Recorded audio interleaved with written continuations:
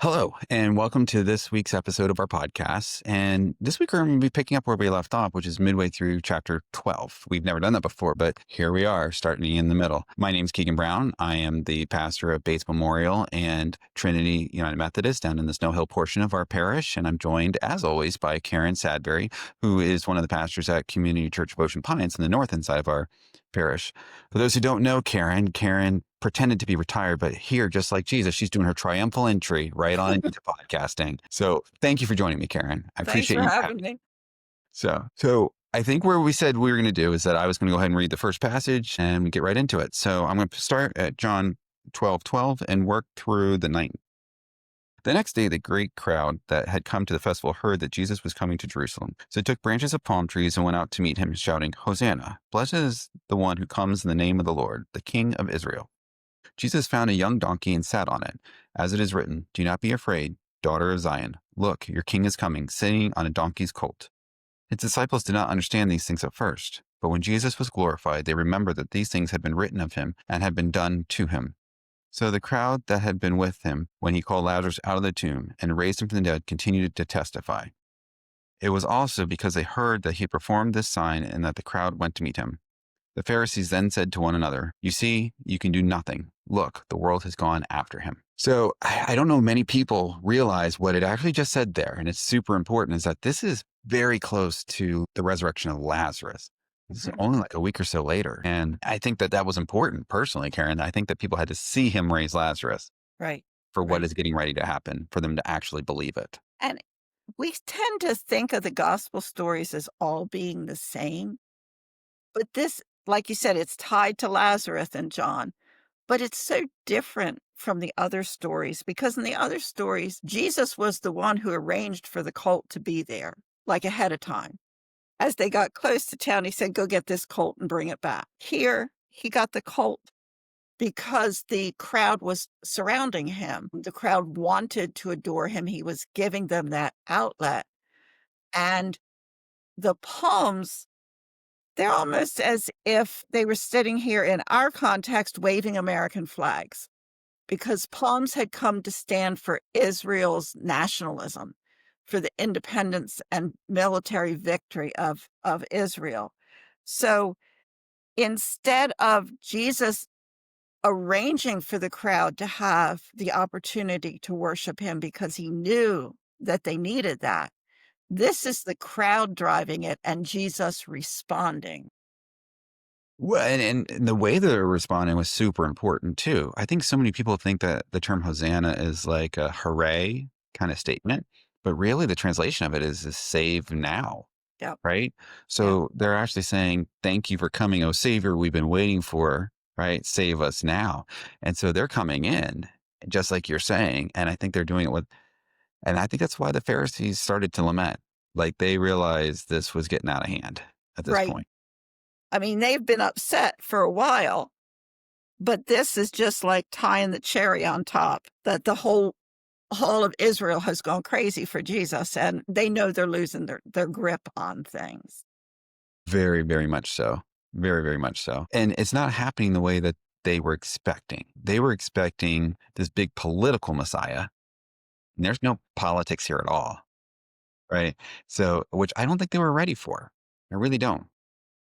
No, church and politics are really well tied in our time too. They are.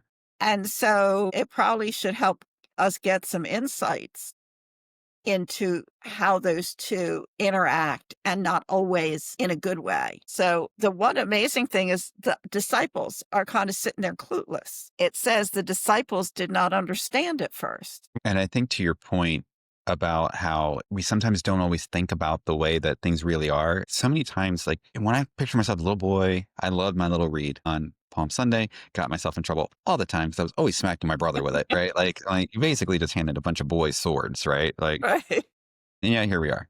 And we'd be like, Hosanna, Hosanna, right? But we didn't realize how close we really were to what it is because while we're saying like, got you, it really means save me, save me. right? And save us, save us. So we're kind of saying reverse. But I think so many people think that they were like worshiping him when they were saying Hosanna. And when we say it, we're like, Hosanna, Hosanna in the highest, right? Like, but that's not really what they were saying there. Like, this was a political moment for them, Right. a political moment that the Pharisees didn't want Right. at all. Like, this was a problem for the poor Pharisees. It's really, really a sign that not only did the Pharisees not get it, but the crowd didn't get it. The crowd had entirely different motivations than Jesus did. They wanted that they they were trying, I guess, to rouse him, like, "Stop being so peaceful. We have seen a glimpse of your power now. Use that power for us." Right. Well, and I think that's why they use the palm branches, because one of the things that we know from Jewish history is that the palm was a symbol of their nation, kind of like we see like the bald eagle, right? Like that palm was a political thing when they were waving it. Like this was a very political moment that could have ignited some pretty nasty stuff with Rome, Right. right? So these poor Pharisees are kind of stuck in the middle, right? Because they got to keep the order or Rome's going to come crushing down on them. But on the flip side, they got to keep the order because they don't know this guy's really the Messiah, right? But to your point, I mean, like, there are thousands of people following him at this point. Like, this is complete chaos. And palms were more associated with the Feast of Booths than they Hmm. were with Passover. But John Dominic Crossan, in his book about the last week, he talks about the other procession that was coming into Jerusalem at that time. Like Jesus is coming in from one side with his, I think they'd think of it as a beggar's procession, right? The rabble of this town. But on the other side of the city is Pilate and perhaps Herod and Roman authority, and they're coming in with their war horses and their chariots, and they're making a big impression because Passover was always a fraught holiday. If trouble was gonna happen, it was gonna happen in Passover, Sure. and they're just there to say, "Don't forget we're here and we're in charge." So you have these 2 very different processions. Yeah, that's super interesting because that's very, very true. And when you layer on top of that what happens, that probably was exactly what they didn't want to see happen. Yeah. So it creates this whole environment that really, in some ways, becomes a little scary. It really does. And when you think about Jesus coming in on a donkey, I love how it says that they couldn't in the time put the pieces together, Right, right? right. This is the fulfillment of Zechariah's prophecy, right? And it's called right out in John's scripture. But of course, John's writing it just, like he was one of the ones that didn't get it. And Right. he's calling out. I love how he says his disciples. He doesn't say we, Yeah. right? No. So there's none of that ever with John, right? Like he's the one that Jesus loved, but Peter's the one who sank. So, but I think the other thing is that he points out that the crowd that saw Lazarus be raised from the dead is here, Right. right? And so you've got these people, and like we were talking about before the podcast started, I think people don't realize how close this is happening to when Lazarus was raised. This is only like a week or so later. Like that's why the crowds are still there. This is still this like miracle. Like last week we were talking about how you made the comment about how it was the fourth day. Like he's dead, dead. The Mhm. spirit had left his body. Right. And so these people are now amazed and they're going to follow Jesus anywhere at this point because he has done the impossible. And so when you think at it through that lens, they're telling people, I guarantee you Lazarus is there. And they're like, see, this is the dead dude. Right. Yeah, Like yeah. literally walking. Right. And I mean, this is an interesting time. It really is. Yes, it is. There are just so many things going on. We've got the Pharisees saying the whole world has gone crazy for this man. They're probably feeling overwhelmed by it all. The disciples are overwhelmed by it all. The crowd is overwhelmed by it all. The only one who really understands what's going on is Jesus. And I think whenever we have these stories of this wild enthusiasm as paired with the fear and the desire to control, we have to we have to think about or consider the times when we get a little carried away in a way that is not perhaps sustainable, a way that is driven by our own self-interest, because they weren't worshiping Jesus because Jesus deserved to be worshiped. They were worshiping Jesus because they thought he could do something for them. Well, that's very fair. And often our Very fair worship statement. is motivated by what we want Jesus to do for us. Yeah. It's kind of like I was saying in my sermon 2 weeks ago. We have to be careful that we're not asking God to be a vending machine.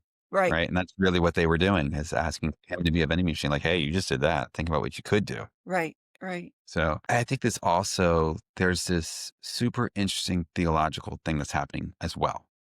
This is the close of the public ministry. right, Everything now is heading towards the cross. And Jesus knows this. Nobody else obviously has that right, anywhere near. right, Like, if they had any idea how quickly this is going to go wrong, like it's going wrong and it's going to go wrong fast. right. And this is that moment when it happens. And I think it's also a call to us to remember that sometimes we have to be aware that what feels like the happiest times, right, might be God's preparation for how he's really going to use us, Mhm. right? So we have to be open to, I think sometimes we always think of like, oh, I'm going through a hard time because God's preparing me for something. Maybe he's using your good times too, because Yeah, he's going to use every bit of us to advance his kingdom. right, You know, and I don't know that we always see the blessing there. Sometimes the blessing isn't just for us, it's a blessing for someone down the line. right, And I think that's right. what Christ's triumphal entry here is kind of painting for us. Mhm. Yeah, I think you're right. With that being said, how about we start talking about Jesus actually talking about his death? Because there's nothing more exciting than hearing about death. Right, So so why don't you go ahead and read 12, 27 through 36. okay. Now my soul is troubled, and what should I say? Father, save me from this hour? No, it is for this reason that I have come to this hour. Father, glorify your name. Then a voice came from heaven. I have glorified it, and I will glorify it again. The crowd standing there heard it and said that it was thunder. Others said, an angel has spoken to him. Jesus answered, this voice has come for your sake, not mine. Now is the judgment of this world. Now the ruler of this world will be driven out. And I, when I am lifted up from the earth, will draw all people to myself. He said this to indicate the kind of death he was to die. The crowd answered him, we have heard from the law that the Messiah remains forever. How can you say that the Son of Man must be lifted up? Who is this Son of Man? Jesus said to them, the light is in you for a little longer. Walk while you have the light. If you walk in the darkness, you do not know where you are going. While you have the light, believe in the light, so that you may become children of light. So it's super interesting, Karen, when you look at this, because I really think that many people think when Jesus is in the Garden of Gethsemane, and he says, Lord, let this cup pass from me. That's the only time that he is really looking to maybe not do this.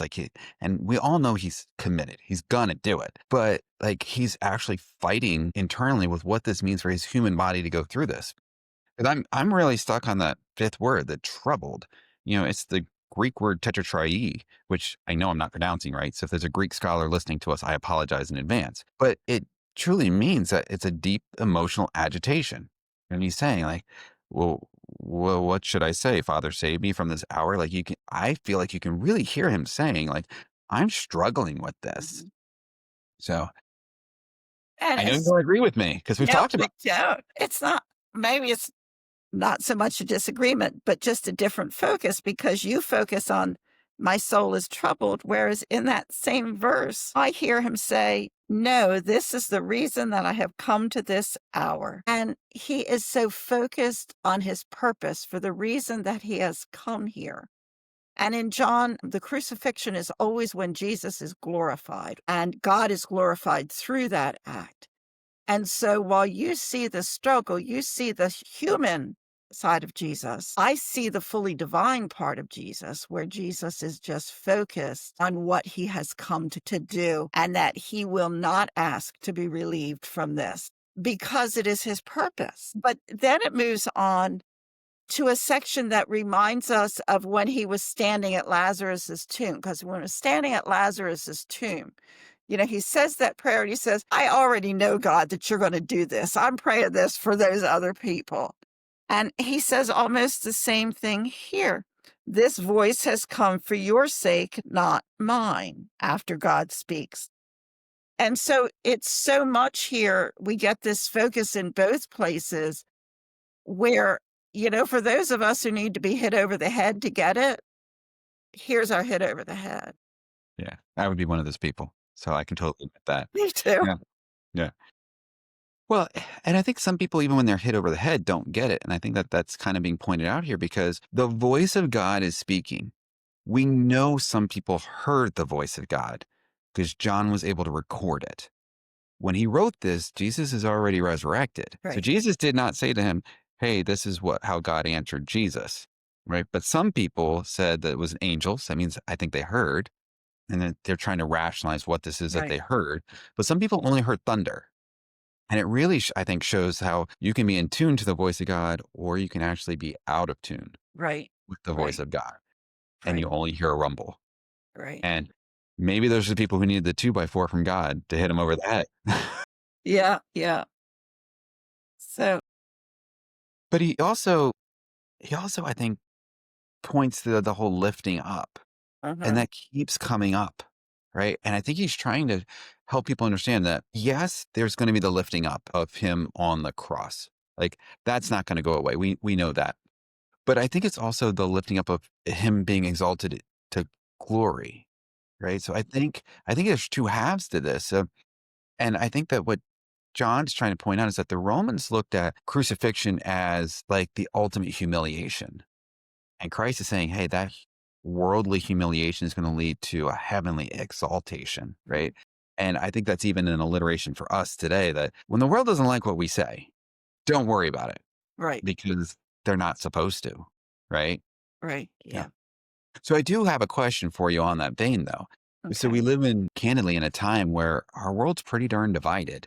Uh-huh. And that's what we're seeing here. These people are super divided, even amongst their own conversations that you see here. How do you think that as Christians today, we can learn from this as to how to continue to worship when maybe those around us are saying this isn't right? Well, perhaps we just need to try to block out those other voices and just focus on our relationship with God, our knowledge of who God is and that God is love. We know that we will never fully understand it till we're on the other side. Further down in this chapter, it says, he has blinded their eyes and hardened their hearts. And we certainly see that in our world today. But if we refuse to engage in the divisiveness that is in our world, if we refuse to demonize people with different opinions, and Sure. instead keep our eye on the love that we are supposed to exemplify. I mean, in the next chapter, we're going to get that love commandment, but we know that it's there and there is no greater love than Jesus showed on the cross. And so if we just focus on the fact that we have been loved, we have been forgiven, we have been saved, and just live out of that instead of just engaging in what's going around us. Yeah. Yeah. And that's not to say we don't have to speak out when things are wrong, Right. but we can Right. do that without personal attacks. Right. Which are never helpful. Right. I think we're actually called to speak out for the less fortunate when we see Absolutely. things are wrong. And I think so many times in our culture today, you have this, well, that's not the public approved narrative. So you need Right. to just be quiet, right? Where I Right. think as Christians, we're called to speak up when it's not right. And it's hard. It really is. I'm not trying to undermine that. I think all of us have been in that position where you're sitting there saying, is it worth me speaking up right now? And I think it's always worth it. Right. I Right. want to I want to tie back though to something that you said in the way that you interpreted the beginning, right? So where I was going one way and you were going to another. It did make me think about something though. And what it made me think about was that I think we tend to think of glory as being after suffering. But when you're talking about that, Jesus, I think, showed us that glory is sometimes found within the obedience of the hard moment. Yep. And what do you think he's trying to teach us through that? Because it was a really insightful thing that you said. Well, I think that perhaps not to when we are going through a hard time to not whine, "Oh, me, why me?" or whatever, but to connect to God in that moment because Jesus did that. I mean, he was troubled, as you say, and yet he knew he had this purpose. And so he connected with God. He prayed, Yeah. "Father, glorify your name." Yeah. And God answered. And the answer we get may not be the answer that we want, Yeah. but I think that it will be the answer that we need to take that next step forward because so much faith is just about that next step. Right. Right. And I think that in this time, Jesus was also going step by step. Absolutely was. I think he knew he couldn't go too fast or they wouldn't keep up.